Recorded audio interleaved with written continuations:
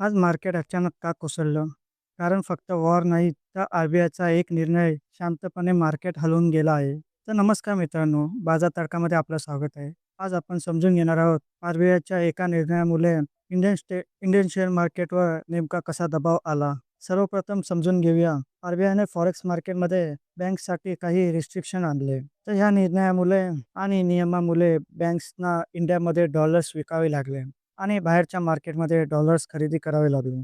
त्यामुळे एका unusual situation तयार झाली. इंडियामध्ये डॉलर स्वस्त आणि बाहेर महाग आणि इथेच एंट्री झाली मोठ्या कॉर्पोरेटची. मोठ्या कंपन्यांनी आर्बिट्रेज स्ट्रॅटेजी वापरली. इंडियामध्ये स्वस्त डॉलर खरेदी केला आणि बाहेर महाग विकला. यामुळे कंपन्यांना शॉर्ट टर्म प्रॉफिट मिळाला, पण रुपीवर प्रेशर वाढला. सुरुवातीला रुपी स्ट्रॉंग होता, पण या हेवी ट्रेडिंगमुळे त्याची रिकव्हरी थांबली. रुपी पुन्हा वीक झाला आणि याचा डायरेक्ट इम्पॅक्ट स्टॉक मार्केटवर दिसला. रुपी वीक म्हणजे इम्पोर्ट कॉस्ट वाढणार. इंडियासारख्या देशासाठी जो ऑइल इम्पोर्ट करतो हा मोठा निगेटिव्ह फॅक्टर आहे. क्रूड ऑइल आधीच वॉरमुळे महाग झालेला आहे आणि आता रुपी वीक झाल्यामुळे ऑइल आणखी महाग वाढतो. यामुळे इन्फ्लेशन वाढण्याची भीती निर्माण झाली आहे आणि जेव्हा इन्फ्लेशन वाढतो तेव्हा मार्केट घाबरतो. त्यातच फॉरेन इन्व्हेस्टर म्हणजे एफ-आय-आय सेलिंग करत आहे. जेव्हा रुपी वीक होतो तेव्हा एफ-आय-आयला करन्सी लॉस होण्याची भीती असते.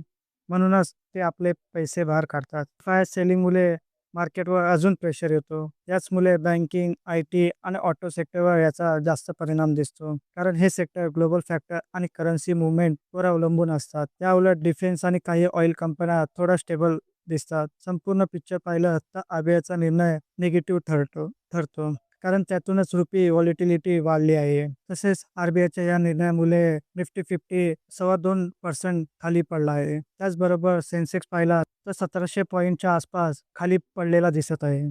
यावरून असं समजतं की आर-बी-आयचा डिसिजन प्लस कॉर्पोरेट ॲव्हरेज आणि वीक रुपी त्याचबरोबर ग्लोबल टेन्शन या सर्वांमुळे आज मार्केटमध्ये प्रेशर दिसला आहे आणि आज मार्केट लाल निशाणमध्ये दिसत आहे. हे सगळं मिळून आज मार्केटवर दबाव निर्माण झाला, म्हणून आज आपण रेड मार्केट पाहत आहोत. तर मित्रांनो, तुम्हाला अशा इम्पॉर्टंट मार्केट अपडेट्स पाहिजेत असतील चॅनलला सबस्क्राईब करायला विसरू नका. धन्यवाद.